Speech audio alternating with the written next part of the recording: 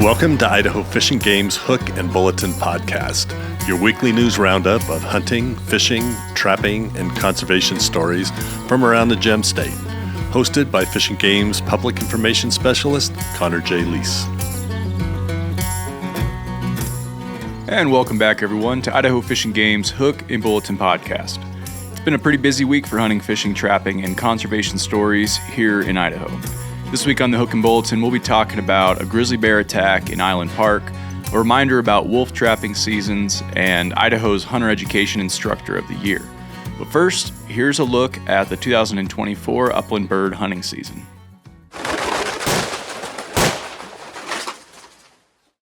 Idaho, with one of the most rugged landscapes in the Union, offers a ton of upland game bird hunting opportunities. Whether you find yourself in the high mountain timber or the lowland sagebrush steppe, there's a good chance you're in upland bird country. Upland game birds are sensitive to environmental factors like temperature and precipitation, and often vary in number from year to year.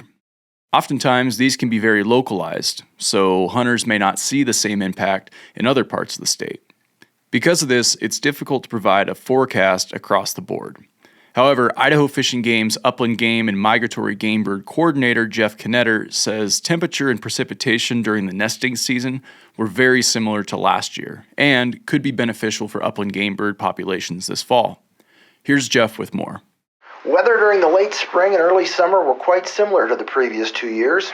However, there was more precipitation coming into the nesting season and it was a bit warmer this year. These conditions provided quality nesting and brood rearing habitat. July was exceptionally hot and dry, but early reports suggest many species fared better than anticipated. Due to continued hot and dry conditions, birds will likely be concentrated around water sources, particularly early in the season. Many upland game bird populations rebounded in 2023, and there should be carryover into the fall 2024 season. Habitat conditions should be in good shape, and there should be an abundance of insects for brood rearing. There's going to be ample opportunity for upland hunters to pursue a wide variety of birds across the diverse landscapes, and upland birds in some areas will have fared better than others depending on localized conditions.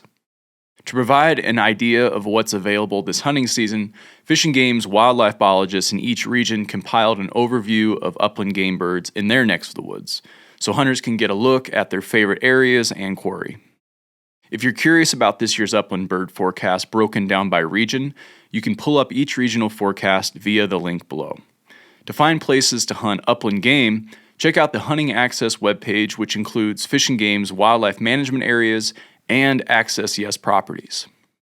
To learn more about upland game bird hunting rules and seasons, and more information in general, check out Fish and Game's Upland Bird Hunting webpage, and be sure to pick up a copy of the 2024 through 2025 Upland Game, Fur Bear, and Turkey Seasons and Rules booklet from all Fish and Game offices and license vendors. It's also available digitally on our website. Next up, an archery hunter survives a run-in with a grizzly bear near Island Park. On the morning of Sunday, September 1st, an archery hunter was attacked by an adult male grizzly bear west of Henry's Lake in Island Park. The man was out with a buddy, hunting elk, on the Caribou-Targhee National Forest near the Divide Creek Road when the attack occurred. During the surprise encounter, one of the hunters was knocked down and bitten by the bear. Both men were able to utilize their sidearms to shoot the bear, deterring the attack and killing the bear. The hunters were able to call 911, and the injured individual was transported by helicopter to Eastern Idaho Regional Medical Center, where he is being treated for non-life-threatening injuries. Fish and Game responded to the scene after coordinating with Fremont County Sheriff's Office, Caribou-Targhee National Forest, and emergency medical service teams. Conservation officers conducted a thorough investigation and determined that the hunter acted in self-defense during a surprise encounter with the bear from a very close distance. Fish and Game Regional Supervisor Matt Puron said, quote, "I'm extremely grateful that both of these individuals survived this encounter. I have had the opportunity to speak with the injured hunter and his family, and they are truly wonderful people. I wish him a speedy recovery from his injuries and the trauma these two hunters experienced," end quote. Grizzly bears are protected under state and federal law, and Fish and Game would like to remind hunters that grizzly bears may be encountered in North Idaho and the greater Yellowstone areas. Stories like this serve as a good reminder of what to do when hunting in grizzly country. It's recommended that hunters carry bear spray and keep it readily available. Hunt with partners or in groups and make each other aware of each's plans. Also, look for grizzly bear sign, including fresh tracks, and let your hunting buddies know if you do see sign. If you do down an animal, be sure to retrieve the meat as quickly as possible. Hang all meat, food, and garbage at least 200 yards from camp and at least 10 feet off the ground. And when not hunting, be sure to make noise, especially around creeks and thick vegetation. Most attacks occur by inadvertently surprising a bear at close range.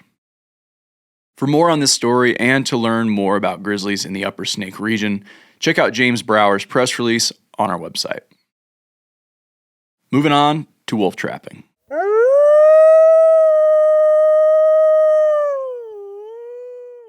If you're an Idaho trapper, this one's for you. Trappers are reminded of a federal court ruling that has changed trapping seasons for wolves in 19 counties in Idaho. Elsewhere in the state, hunters and recreationists are reminded they may still find traps set for wolves in the field this fall.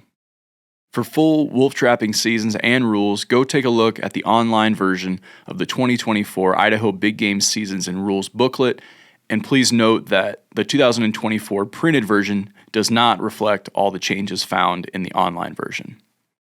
Upland bird hunters and other dog owners, remember you may encounter traps earlier in the year than you expect, and folks are encouraged to review Fish and Game's trapping information page and videos on how to recognize and avoid traps, and how to release your dog in the unlikely event that one does get trapped. Back on March 19th in 2024, a federal court decision changed wolf trapping seasons in some regions of Idaho based on their alleged potential effect on grizzly bears. The ruling perpetuates misunderstandings about wolves, grizzly bears, and trapping in Idaho, despite a lack of evidence Idaho grizzly bears have ever been harmed in legally set wolf traps.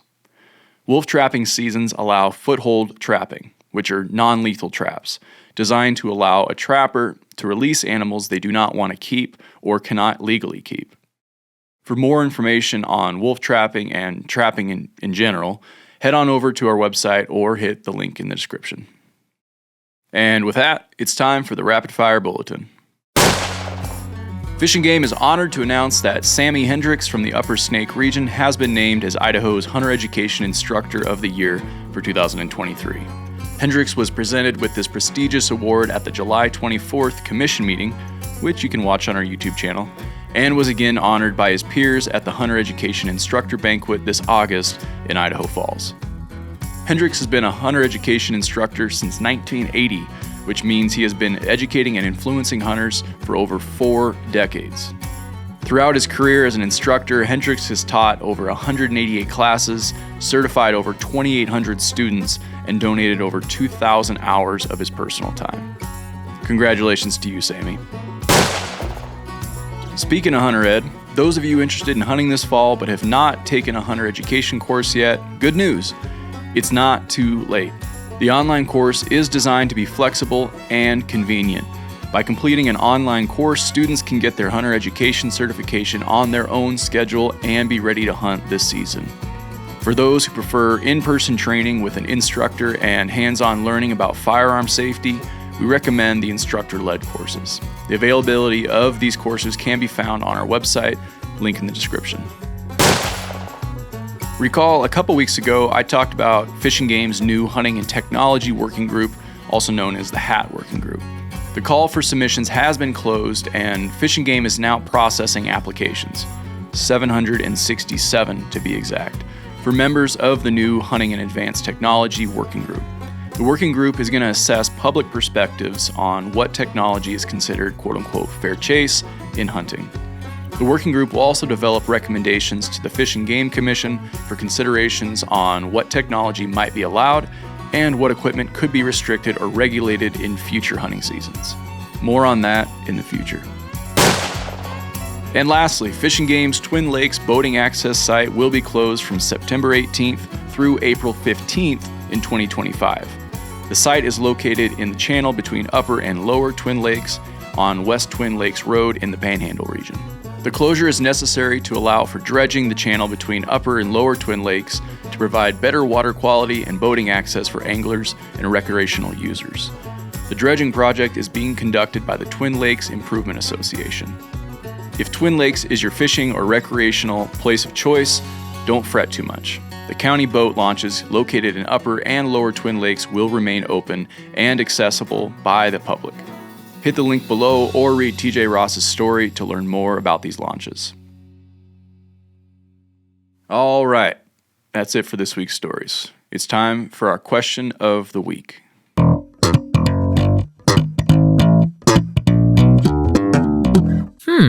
Our front desk folks have been getting a lot of calls these past couple weeks from hunters concerned about fires in the Sawtooth zone, potentially affecting their hunt. So let's dive into that one a little bit. By now, you've probably seen or heard about the Wapiti Fire torching a big chunk of units 35 and 36. Because the Wapiti Fire keeps growing, Fish and Game is offering resident hunters the opportunity to exchange their Sawtooth A tag to another uncapped elk zone or to request a full refund of their elk tag, if you have not yet hunted on that tag. That last part is super important. If you have not yet hunted on that tag. If you have hunted on that tag for any portion of the season, you are ineligible for any exchange or refund request. The request for exchange or refund must be completed prior to the close of the tag season, which is September 30th of this year. Any request received after September 30th will not be accommodated. All exchanges must be done at an IDFG regional office. Please note, though, that you can keep your tag if you intend to hunt on the tag for any portion of the remainder of this season. And as for non-resident hunters, you may not exchange a controlled hunt tag for a general season tag because the non-resident limit of general hunt tags has sold out for 2024. Hope this helps. For more information, head on over to our website and check out the Concerned About Fires story on our homepage. I'll be sure to include a link in the description as well. And that's all the news we got for this week. Thanks for putting an ear to Idaho Fish and Game's Hook and Bulletin podcast. If there's something on your mind or you got a question related to fish and game matters, feel free to drop us a line at podcast@idfg.idaho.gov. Again, that's podcast@idfg.idaho.gov. Thanks for listening, folks. We'll catch you next week.